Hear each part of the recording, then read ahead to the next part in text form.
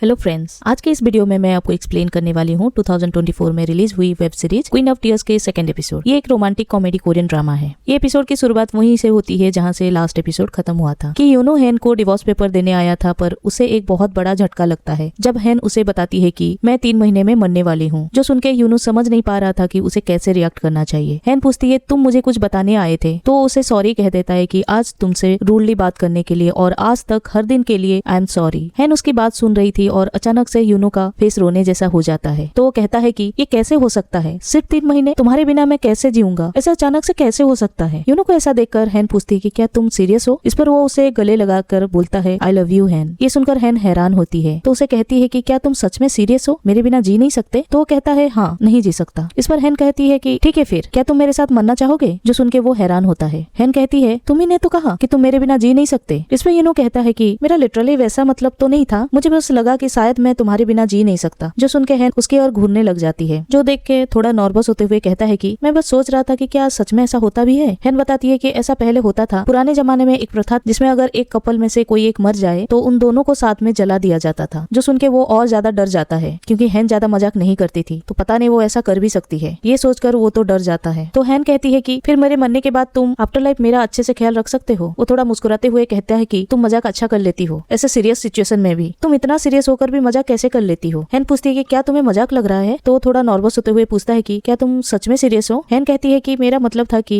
तुम ये दिखावा बंद करो। अब जाकर हीनू को थोड़ा चैन पड़ता है, तो उसे अच्छे से बिठाकर पूछता है कि पूरी बात बताओ, डॉक्टर ने तुम्हें एग्जैक्टली क्या बताया, तुम्हें हुआ क्या है। इस बहाने वो डिवोर्स पेपर को छुपा लेता है और पूछता है कि 3 महीने लग जाएंगे मरने के लिए। मेरा मतलब था कि क्या सिर्फ 3 महीने हैं तुम्हारे जीने के लिए। फिर फ्लैशबैक में हम देखते हैं डॉक्टर का कॉल आया था। डॉक्टर बताते हैं कि तुम्हारे टेस्ट रिजल्ट आ गया है और तुम्हारी कंडीशन बहुत बुरी है, इसलिए वो अभी अभी वहाँ से हॉस्पिटल आने के लिए कहते हैं। हैन हॉस्पिटल जाने के लिए बाहर आती है, जहाँ पे यूनो उसको लिफ्ट के सामने मिलता है। तो उसे साथ चलने के लिए कहती है, पर वो डायरेक्टली मना कर देता है। तो हैन कहती है कि अभी तक तो मैंने बताया ही नहीं कि हमें कहाँ जाना है। तो चिल्ला कर कह देता है कि मुझे फर्क नहीं पड़ता, मैं बस तुम्हारे साथ कहीं जाना नहीं चाहता, बोलकर वहाँ से चला जाता है। ये सुन के हैन भी हैरान रह गई थी, क्योंकि ऑफिस में चिल्लाकर उसने कभी भी ऐसे बात नहीं किया था। तो हैन अकेले ही डॉक्टर से मिलने पहुंच जाती है। तो अंदर जाते हुए वो अपनी घड़ी देखती है, तभी अजीब सा फील करती है और अचानक से वो कहीं बर्फीली जगह में पहुंच जाती है। ऐसा उसे लग रहा था, पर असल में ऐसा नहीं था। और फिर वो अचानक से अपने सामने डॉक्टर को देखती है, क्योंकि हैन उनके कैबिन में पहुंच गई थी, पर उसे याद भी नहीं था कि वो वहां कैसे पहुंची, क्योंकि थोड़ी देर पहले तो वो हॉस्पिटल के एंट्रेंस पे थी। और डॉक्टर से वो पूछती है कि मैं यहाँ पे कब आई, क्योंकि मैं तो अभी भी लॉबी में थी, अचानक से यहाँ कैसे आ गई। ऐसा लग रहा है कि मैंने जैसा यहाँ पे टेलीपोर्ट होकर आ गई हूँ। डॉक्टर पूछते हैं कि क्या तुम्हारे साथ ऐसा पहले भी हो चुका है।